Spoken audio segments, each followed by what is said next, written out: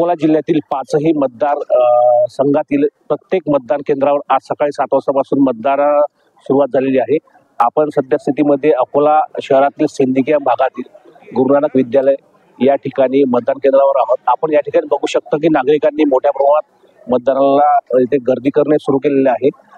अकोला जिल्ह्यातील 16,37,894 मतदार आज आपला मतदानाचा हक्क बजावणार आहेत। अकोला जिल्ह्यात एकूण 1,741 मतदान केंद्रावर मतदानाची प्रक्रिया पार पडण्यात येणार आहे। पोलीस प्रशासनातर्फे सुद्धा या ठिकाणी चोख पोलीस बंदोबस्त तैनात करण्यात आला आहे। RRC न्यूज तर्फे प्रत्येक मतदाराला आवाहन करण्यात येते, तसेच विनंती करण्यात येते की आपला मतदानाचा हक्क त्यांनी बजावावा।